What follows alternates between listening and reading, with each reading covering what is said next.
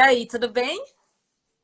Tudo bem, eu já inicio agradecendo o convite, porque o o Via Cultural para mim foi uma passagem que me engrandeceu muito como profissional. Eu tenho um carinho muito especial e é óbvio que eu ia aceitar esse convite.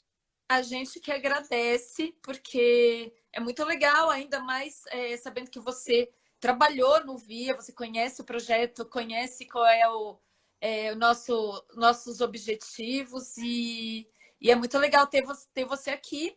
Aproveitando para agradecer também à Secretaria de Cultura, né, que é nossa parceira nesse projeto, que permite que a gente esteja aqui, né, hoje fazendo, Uhum. continuando o projeto no YouTube, fazendo as lives. Então é muito importante a gente contar com esse apoio, né, à cultura. Aliás, você como artista sabe muito bem disso, que se a gente precisa de apoio, senão a gente não consegue produzir nada, né? Então, conta um pouquinho pra gente. Eu já falei que você é atriz, que você Uhum. que você trabalha com teatro, com cinema. E como é que começou tudo isso? Você sempre quis ser atriz? Você é formada em artes cênicas? Conta um pouquinho. Então, né, eu sou uma mulher que no ano que vem vai completar meio século de vida, as pessoas não acreditam nisso quando eu falo, Bem-vinda, né? bem-vinda. Completei esse ano. E E eu trago sempre Eu tinha um grupo de senhoras da terceira idade que toda vez que eu falava sobre idade, elas olhavam para mim e diziam assim: prepare-se para ser invisível. E eu sempre fiquei pensando nisso, né? Enfim, eu acho que o teatro me dá essa visibilidade, é por conta disso que eu tô nele desde muito cedo, desde muito cedo. Eu Aham. saí de casa para estudar com 14 anos, passei pela USP, passei pela Unicamp, fiz artes cênicas na USP, e o meu Uhum. primeiro contato com teatro foi em 1991, quando eu assisti o espetáculo Aquele que Diz Sim, Aquele que Diz Não, do Bertolt Brecht, e eu olhei para aquilo e disse: eu sei fazer isso, é isso que eu quero fazer. Muito Aí legal. no último ano de agronomia na USP, eu larguei para poder fazer artes cênicas na Unicamp. Que máximo. Então você descobriu cedo mesmo. Você já fazia peça de escola, esse tipo de coisa, assim? Não, nunca fiz, porque eu sempre fui muito observadora. Eu sempre fui Uhum. muito observadora. Inclusive, o teatro não começou na Unicamp, ele começou na USP, né? Existia um projeto incrível, maravilhoso, tocado pelo Abílio Tavares, que foram os festivais de teatro universitário da USP. Uhum. A USP contratava diretores recém-formados e colocavam esses diretores nos campi da Entendi. universidade para poder dar aula de teatro, e no final do ano agregava todo mundo para fazer um grande festival. Eu sou cria desses festivais, porque no primeiro festival foi a engenharia agronômica que ganhou todos os prêmios dentro da USP, e eu Olha, estava lá. legal, muito legal. E aí, e daí para direção foi como? Você gostava de ser atriz, mas Então, um trabalho alimenta o outro, né? A atriz alimenta a diretora, que alimenta a atriz, que alimenta a diretora. Eu fui depois convocada para o programa vocacional na Secretaria de Cultura aqui de São Paulo. Passei pelo colégio, pelo Mosteiro de São Bento, onde eu tinha o prazer de ter um teatro só para mim e para os meus alunos. maravilha. Foi incrível. Depois o SESI me arrebanhou também. Eu passei por lugares que me permitiram ampliar o meu olhar sobre a arte. Isso é importante, né? Ter Uhum. várias visões e ter esse apoio, né? A questão de ter o teatro, um teatro, realmente, o local deve fazer toda a diferença para poder formar os alunos, né? Novos atores, É, porque tem a experiência ali, é totalmente diferente, né? E você dá aulas de teatro também, você é professora de teatro, né? sim, sou professora. E o que te chamou para isso também? Porque não é todo mundo, não é todo ator que quer passar para frente a experiência, não é todo ator que se preocupa com a formação de novos atores, né? Veja, Ana, eu descobri esse mérito, e eu chamo de mérito, Uhum. porque por diversas vezes eu fui convocada a oferecer oficinas de sensibilidade para jovens em situação de vulnerabilidade social. Sempre que havia um grupo ou algum projeto que trabalhasse com jovens, esses projetos acabavam na mão da Tânia, acabavam sob a responsabilidade da Tânia, e por isso eu acho que a gente tem uma missão importantíssima aqui. E foi também numa dessas convocatórias que eu acabei indo para a Via Cultural, quando a gente foi trabalhar teatro, trabalhar sensibilidade, trabalhar comunicação com jovens em situação de semi-liberdade da Fundação Casa. Eu já trabalhei também no CRD, também com jovens em situação de vulnerabilidade, mas jovens que são da LGBTQI, né? Então, trabalhava com profissionais do sexo, travestis, transexuais de rua, e era incrível, porque você estava dando aula, as meninas atendiam e falavam, ah, desculpa, eu tenho que sair da aula, professora, eu tenho que fazer um programa. Nossa.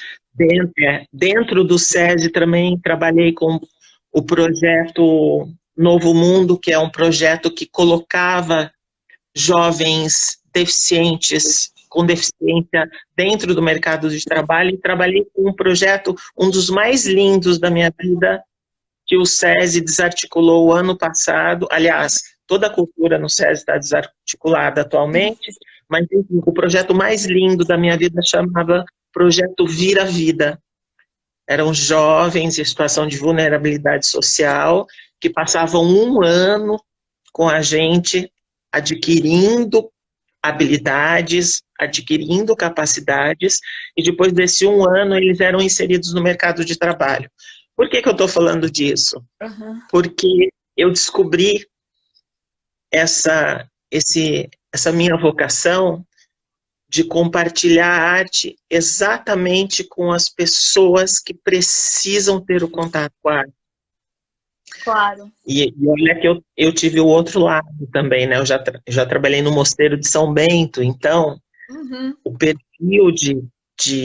perfil de aluno é muito diferente.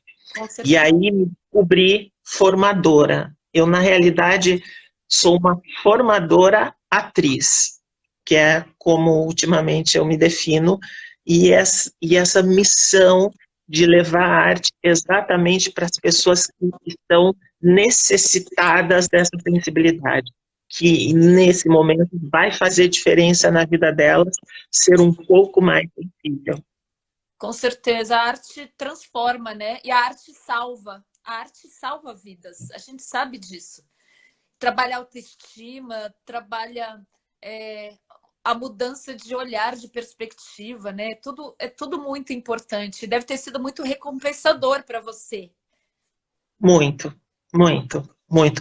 E aí, quando os alunos dão a devolutiva para a gente, eu tenho uma lucidez de saber que essa devolutiva não é para a Tânia. Essa devolutiva é para a arte. O que o aluno conquista não é o resultado da Tânia. A Tânia está ali intermediando essas relações de sensibilidade. Esse agradecimento, de fato, vem para a arte, entendeu? Os alunos acabam agregando nos professores essa importância, mas, de fato, esse agradecimento é de natureza artística, sim, não é de natureza pessoal. Você percebe? Nós somos só o veículo, né? Nós somos. Somos. Às vezes, a referência para abrir o olhar desses jovens para a arte, para eles se descobrirem. É o canal, né? E o que eu mais senti, assim, foi, de fato, o trabalho na Via Cultural, porque eu recebia jovens, de uma certa forma, embrutecidos, que o simples toque já era um motivo para conflito. Um jovem que estava recoberto de defesa, um jovem que estava recoberto de carência, e aí você, flexibilizando a partir da arte, conseguia tocar esse jovem e conseguia conduzi-lo por caminhos sensíveis. Eu acho que na Via Cultural foi o lugar em que eu mais concretizei isso, e isso era muito, muito intenso, assim, muito intenso. Foi o lugar que eu mais consegui observar como é que a arte trabalha na conquista da sensibilidade do ser humano. É verdade, eu também me sinto muito honrada, a Ana sabe disso, de estar nesse projeto, porque realmente é muito importante, é importante para os jovens e é importante para a gente, porque nós, é aquela coisa, quem ensina aprende muito mais do que ensina, na verdade. A gente aprende todos os dias, né? É experiência, essa troca, e é uma recompensa que você não consegue de outra forma, né? É importante mesmo. E agora, você está com projetos novos? O que está aí aparecendo na sua vida em vista? Já tem objetivos? Parou na pandemia? Como é que está acontecendo agora, assim, para você? Nossa, tem muita pergunta aí, Ana. É verdade. Primeiro, então, projetos novos, objetivos E, novos. eu sou uma profissional que transita em diversas linguagens artísticas, né? E ultimamente estou apaixonada pela fotografia, mas essa é uma paixão que ainda não está traduzida, então eu estou enxergando fotografia em tudo. A gente fica, sabe, Sei. apaixonada boba, Sim, sim. enxerga tudo. Eu estou enxergando fotografia em tudo, mas a gente encerrou, né? Encerrou meu período de colaboração no SESI por conta da pandemia. A gente encerrou todos os trabalhos lá.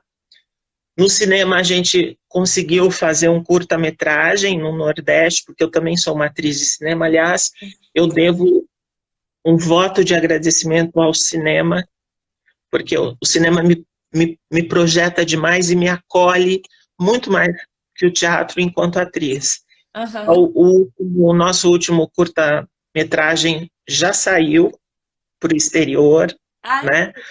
que A ótimo. gente já ganhou um prêmio, e eu ganhei um prêmio nos festivais do Nordeste, no Curta Taquari, que eram festivais que a gente devia estar presencialmente, e agora a gente não pode mais, os festivais acabam sendo online, né? Mas eu estou com um projeto, assim, recém-gerado, e eu estou esperando que o PROAC veja a importância desse projeto, que é um projeto escrito para as mulheres transgêneras de rua, que é um projeto escrito para as mulheres, para as travestis de rua. O projeto chama Penteadeiras. Eu escrevi com muito carinho, inclusive tive uma colaboração imensa da Ana Marcondes, que ela de alguma forma me orientou, mas em suma, o que é esse projeto? É você distribuir penteadeiras pelos espaços urbanos da cidade e incluir essas travestis como cidadãs Sim. numa performance que fala sobre o depoimento pessoal dessa travesti nessa penteadeira. Nossa, que demais. É. Então a Demais. gente distribui penteadeiras e de repente se aproxima uma mulher ali daquela penteadeira e começa a se maquiar e começa a dizer: eu nasci no dia 18 de novembro, a minha primeira surra foi na esquina da São João, e tem isso, é muito potente. As pessoas, né, naquela velocidade da cidade, vão parando para assistir isso daí.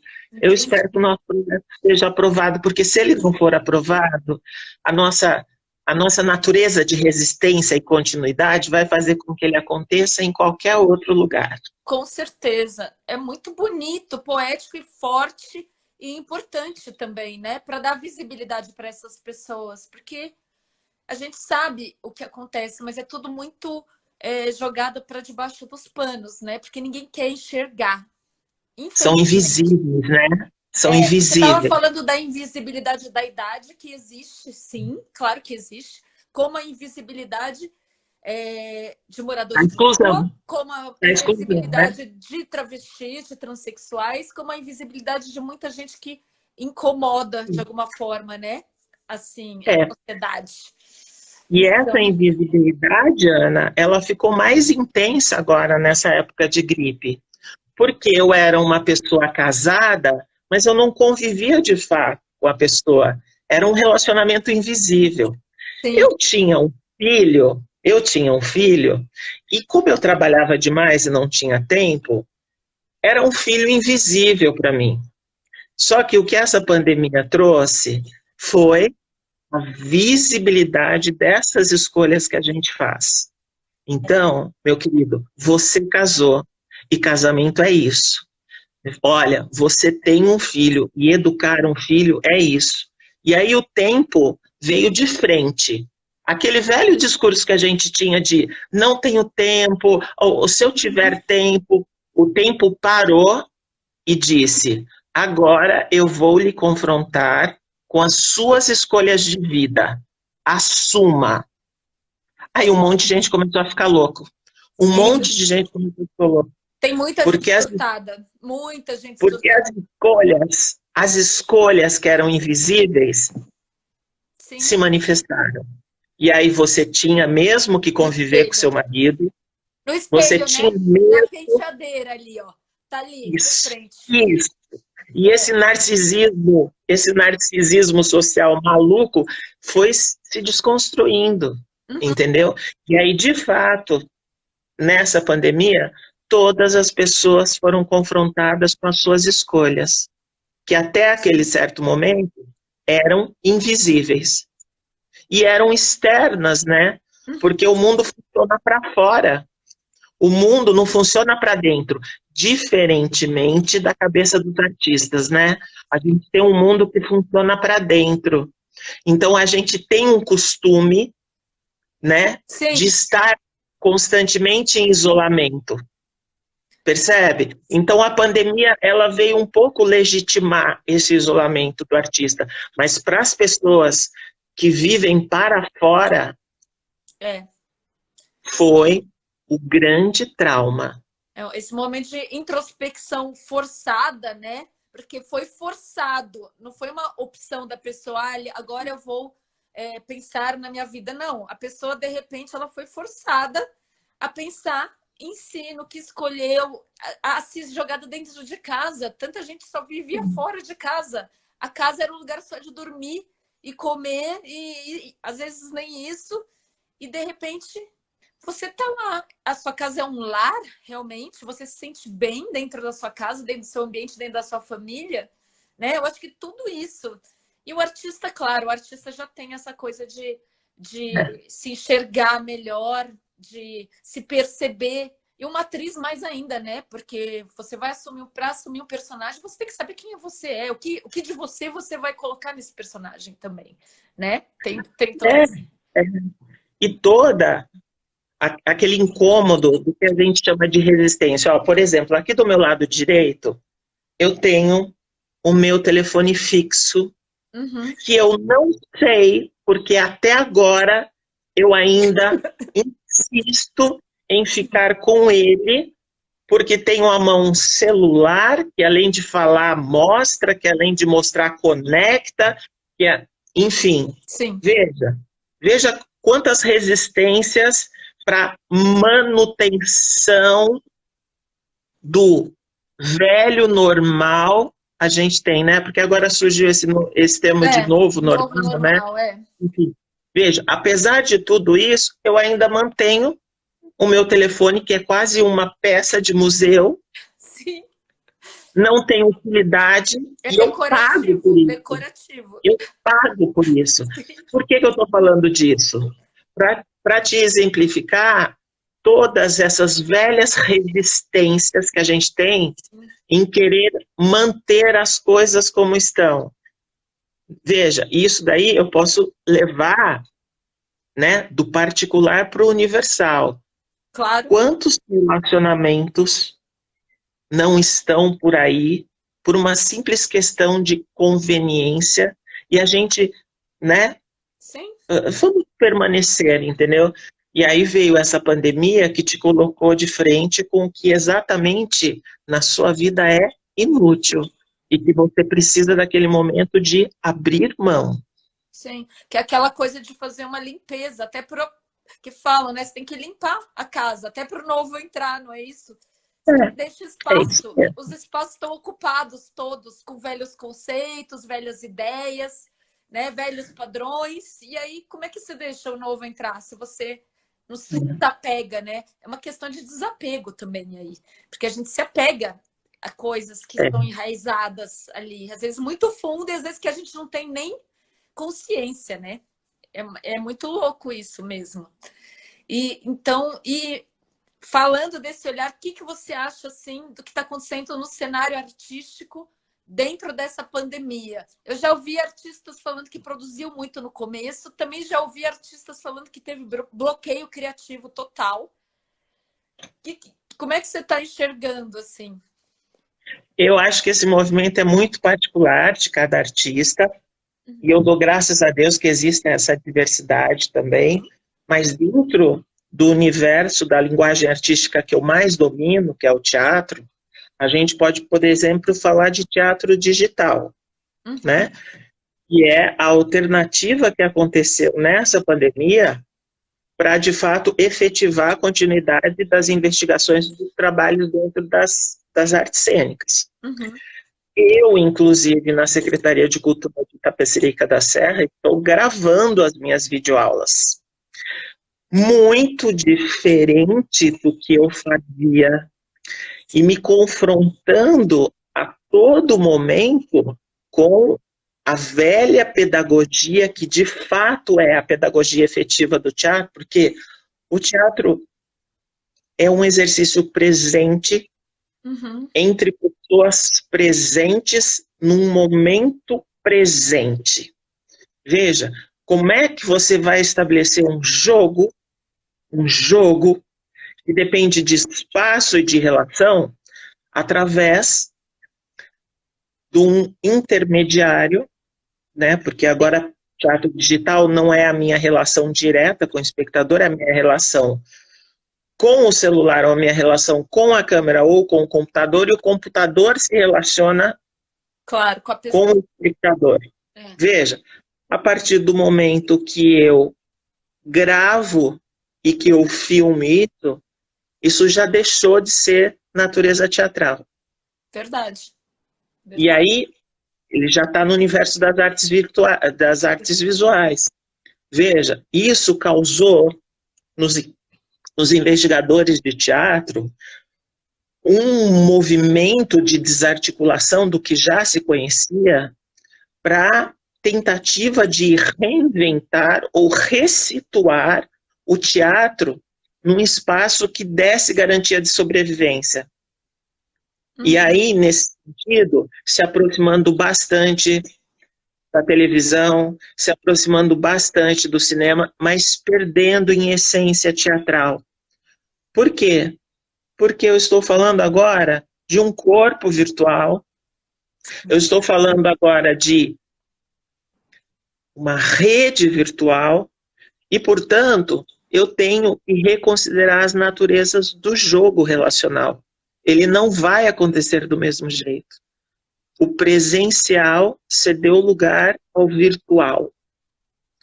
Logo, tudo que eu sabia antes não me serve mais, porque eu tenho que estabelecer novas relações de trabalho.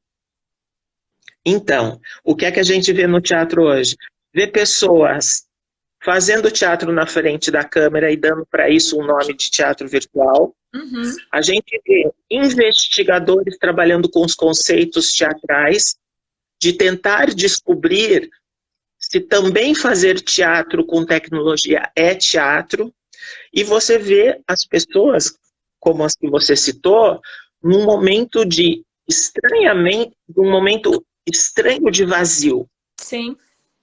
Como se virei uma página e agora, né? E agora tudo precisa ser reconfigurado.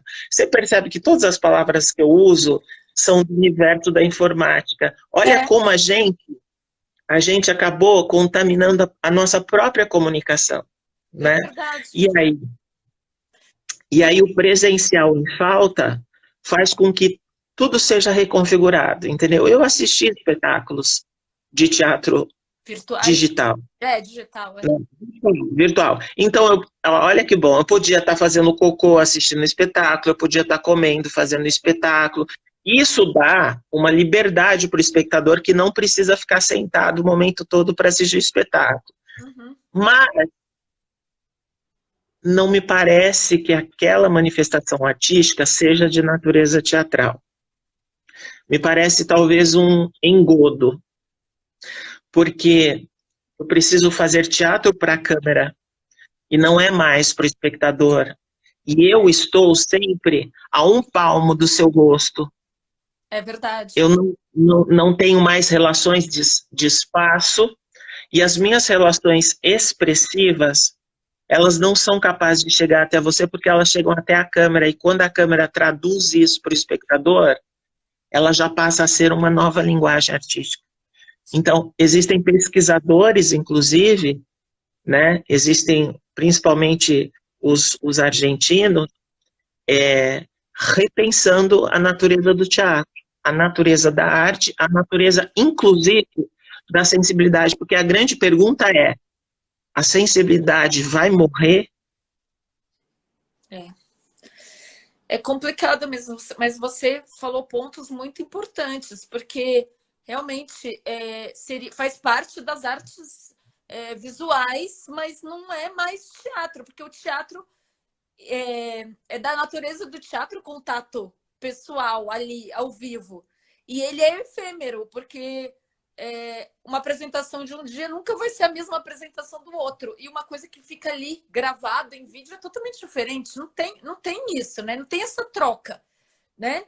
Você como atriz sabe disso. Cada apresentação é uma. Cada público te faz ser uma atriz diferente também, né? Dependendo do lugar, da receptividade, do ambiente. Quer dizer, é outra coisa. Talvez se aproxime mais do cinema, talvez? Você acha, do teatro? Eu acho que a gente está numa época contemporânea das artes híbridas. Você não tem mais as artes puras, entendeu? E eu acho que talvez o teatro tenha que se situar aí.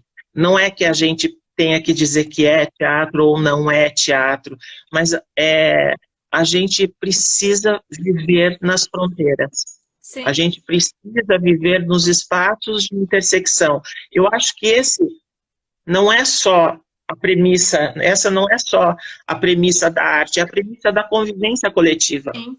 Né? Nós somos uma teoria de conjuntos e vivemos bem nos espaços de intersecção ou não vivemos bem. Se eu não vivo bem, eu vou para a parte do conjunto que não é da intersecção, percebe? Sim. E eu acho que essa pandemia trouxe para a gente essa questão. Você precisa viver nos espaços de intersecção, onde as fronteiras se confundem, onde o que é homem e o que é mulher se confunde, onde o que é arte e o que não é arte, Dionísio se confunde com Apolo, que é o lugar legítimo de uma coisa linda que se chama igualdade. Sim. A Ana escreveu aqui, eu não sei se você viu, ela disse que porque quando você se relaciona com a câmera ou com o virtual, você se relaciona com você. É verdade, porque, na verdade, quando você está olhando... Porque a gente se reflete, né? É como se você estivesse atuando por espelho, porque você se olha, né? E você não tem o público, você tem você na câmera. É muito louco isso, é como a gente aqui, né? A gente fica se vendo o tempo todo. É muito diferente esse relacionamento.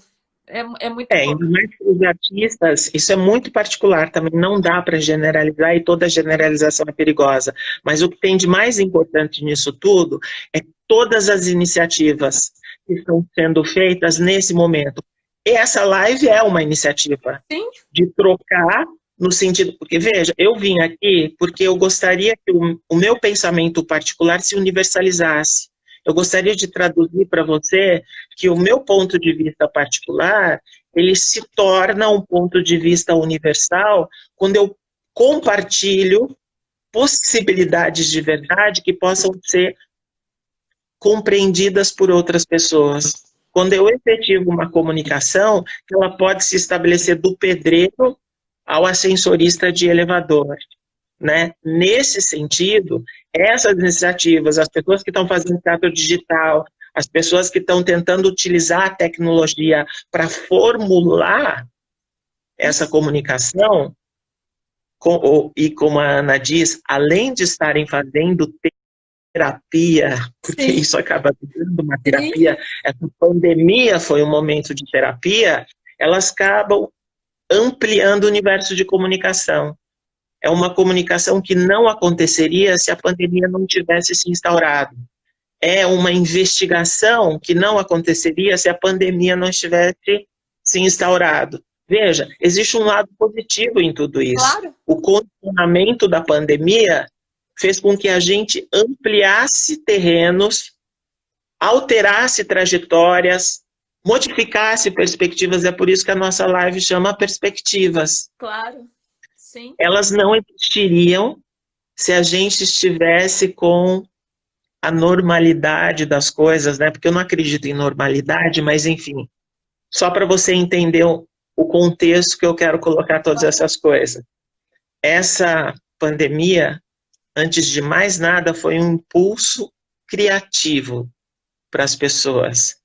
Um impulso criativo pode ser benéfico quando você cria e produz. Quando você transforma isso num equívoco, ou quando você não consegue produzir nada com esse impulso criativo da pandemia, isso se transforma num grande trauma. É E verdade. é por isso que eu disse que isso é uma visão muito particular. Se eu produzo a partir disso, ou se eu não produzo, e todas as mensurações entre essas duas sazonalidades. E tempos diferentes, né, de adaptação, cada um entrou, né, teve gente, a gente sabe disso, teve gente que entrou enlouquecida, querendo produzir um monte, como se cada minuto que ficasse parado em casa estivesse perdendo tempo, e tem gente que meio que se fechou e se autoanalisou e ficou ali no casulo pensando para onde eu vou daqui.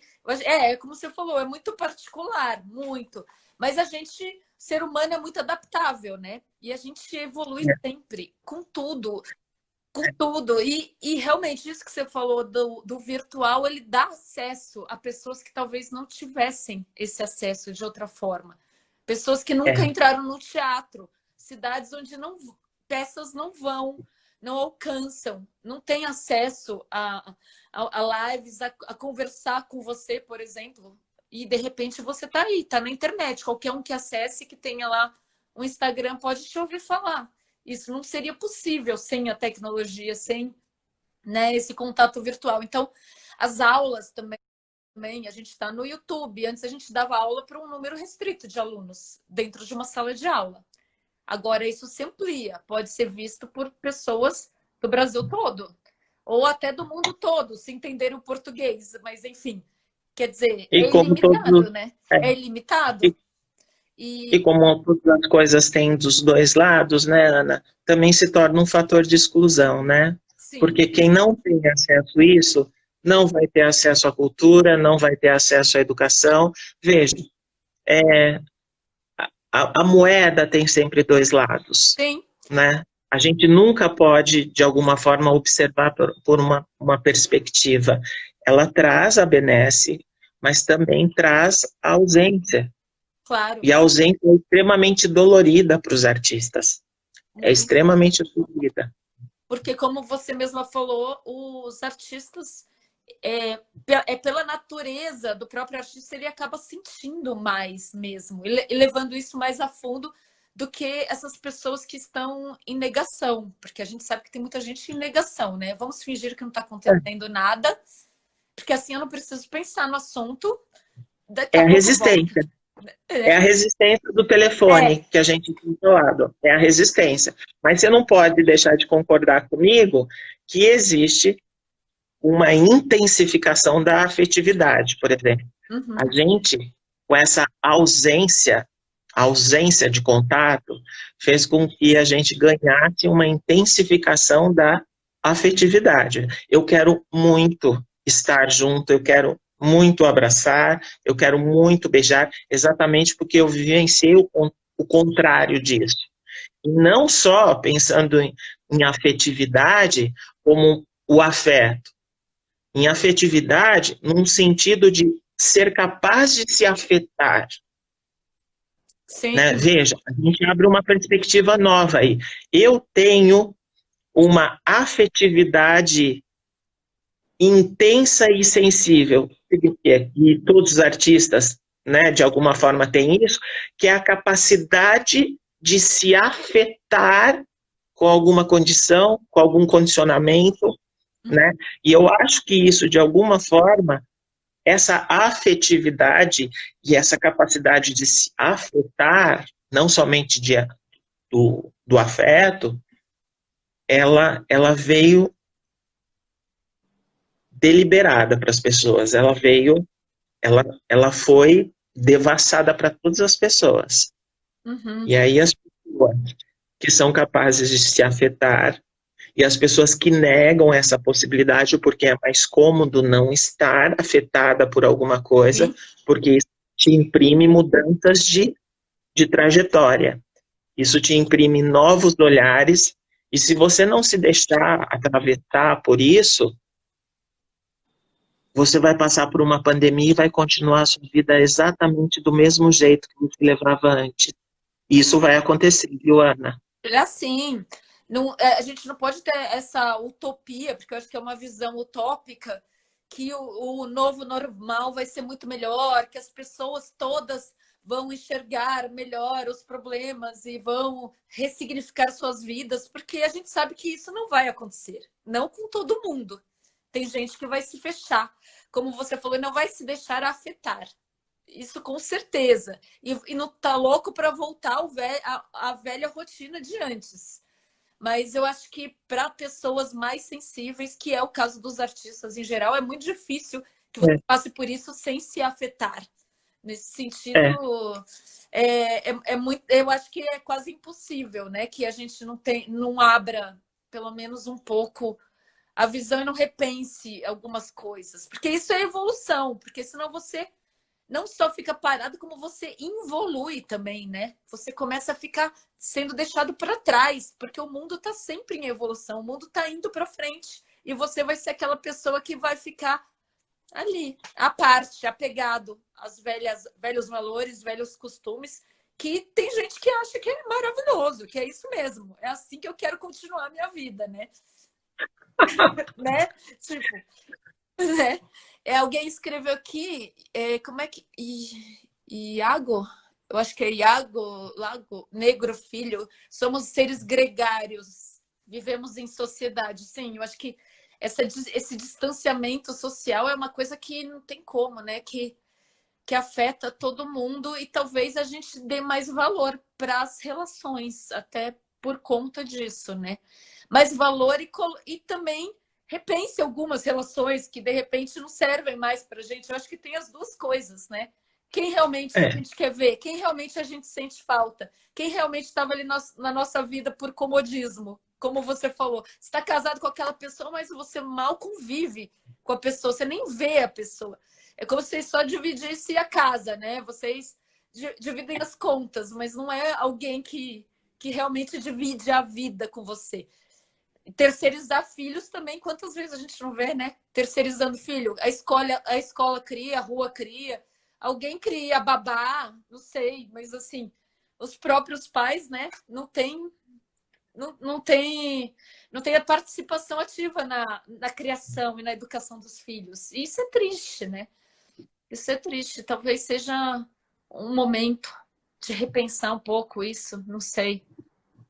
Eu penso, existe uma qualidade de arte em todo esse contexto que sempre vem à minha mente, né? Eu, enquanto professora de teatro, enquanto formadora, eu sempre projeto a situação e o contexto para que o aprendiz se sensibilize, para que o aprendiz, depois daquilo, sofra uma interferência no seu olhar, seja capaz de se afetar com determinadas coisas, e esse mesmo objetivo que a gente tem nas oficinas de arte, de que aquilo tudo sirva como uma sensibilização, de que aquilo tudo sirva como uma capacidade de aprendizado, de se afetar com as coisas, é uma coisa que a pandemia também traz, né?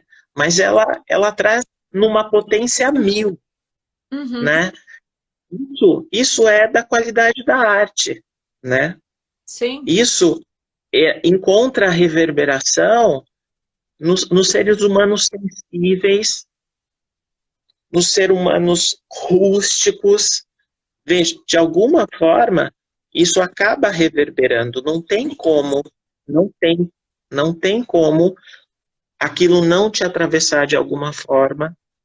E eu estou dizendo isso porque também junto da visão de que talvez isso não tenha servido para nada, para que as pessoas conquistem possibilidades de visão, possibilidades de afeto, existe uma visão sensível que acompanha tudo isso, que de fato não há como sair imune de tudo isso. De fato, existe pelo menos que mínima uma pequena sensibilização instaurada nos corpos, uma pequena sensibilização instaurada nessas almas. E aí, quando eu te ofereço uma sensibilização, o que você vai fazer com essa sensibilização é uma responsabilidade sua. Claro, sim. E a sensibilidade foi instaurada. O que vão se fazer dela, o que vai ser feito dela é uma responsabilidade muito particular. E aí, nesse sentido, pode ser que eu exerça resistência sobre isso para que minha vida permaneça igual àquela que já vinha existindo, e eu escondo essa sensibilidade num lugar que num outro momento da vida, quando eu levar uma chacoalhada nesse mesmo lugar, ela extravase na forma de choro, ela extravase na forma de grito, mas essa sensibilidade está lá nas pessoas. Uhum. Ela está instalada. A gente passou por uma grande aula e o que é que a gente vai fazer com isso é uma decisão muito pessoal. É verdade, é verdade. É difícil mesmo, mas assim, eu vejo também algumas pessoas que é o problema disso, pessoas entrando em depressão, pessoas entrando buscando consolo nas drogas, no alcoolismo, que tem aumentado muito, na agressão doméstica, que a gente também está vendo muito. Então, tipo, a gente vê que isso está causando um problema sério social também, né? Ana, mas acompanhe o meu raciocínio. Veja, a gente cita essas coisas, depressão e todas essas coisas, porque quem estuda isso é a ciência social. Uhum. Se fosse ciência artística, por que eu não poderia dar a isso o nome de processos criativos? Sim, Porque, veja, sim. é porque é a ciência social que está estudando isso. Não existe essa negatividade instaurada. E isso daí é da natureza de processo criativo. Eu fico continuamente depressiva quando eu produzo, mas quem enxerga isso é uma artista, não é uma cientista social e Tá nem é certo. uma psiquiatra, né? Veja, é aquela sensibilidade que eu disse que está deflagrada nas pessoas. Elas estão corporificando, estão somatizando tudo isso, e é como um grande processo criativo. Você vai fazer o que com isso? Você vai se matar? Você vai mudar de emprego? Você vai deixar a sua mulher? Você vai entregar o filho para a mãe? Veja, Entendi. estamos passando por um processo criativo. Essa é a visão artística sobre isso. E aí, essas manifestações são de todas as qualidades e quantidade. Claro. Se o meu olhar para isso for no sentido patológico, eu vejo uma complicação instaurada nessa sociedade. Mas se eu tenho um olhar artístico para isso, eu vejo que a gente está numa transição aí, né? Turbilhões de emoções ali É, é, efervescendo que vão dar em alguma coisa. E o que é. vai dar vai depender de nós, né? De todos Então, nós. É. Eu, é tudo isso ao mesmo tempo, porque eu lembro de um discurso, né, da pedagogia teatral, que fala assim: um médico quer um dia deixar de existir no dia em que todas as pessoas sejam capazes de produzir a própria saúde. Um arquiteto quer um dia deixar de existir num dia que todas as pessoas se tornarem capazes de construírem sozinhas as suas casas. Sim. E o artista? Um artista quer um dia deixar de existir quando tiver deflagrado no olhar da humanidade, um olhar para quando tiver o olhar da humanidade tiver sendo capaz de observar tudo no mundo como uma obra-prima. Porque uma obra-prima é sagrada, porque uma obra-prima é um lugar de observação intensa e de aprendizado.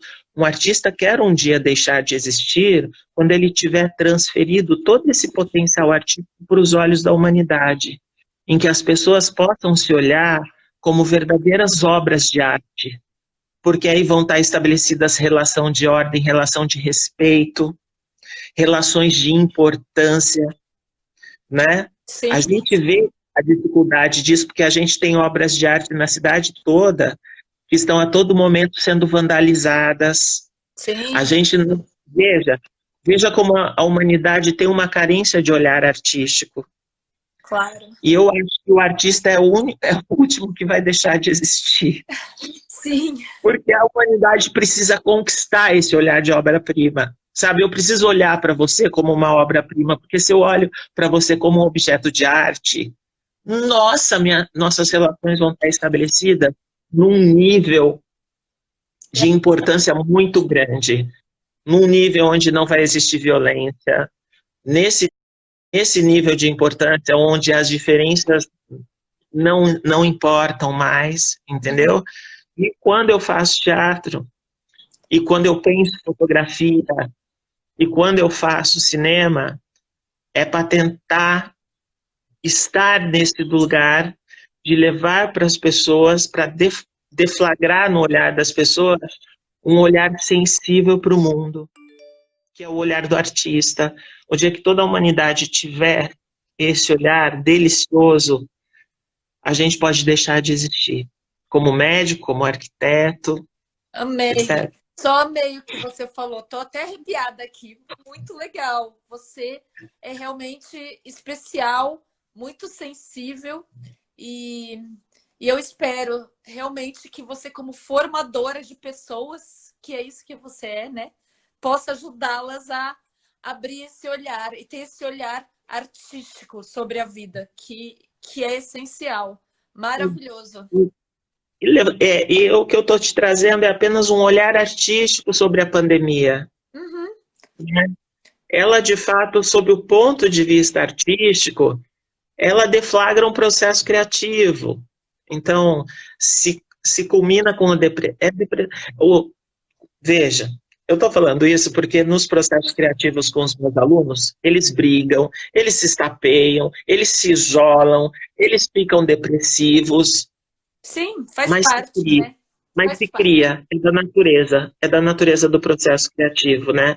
É uma pena que quem esteja olhando para isso, estejam olhando com um olhar patológico, Sim. porque aí tudo vai virar um grande celeuma, né? Tudo vai virar um território de doença. Não, Né? tem toda a razão.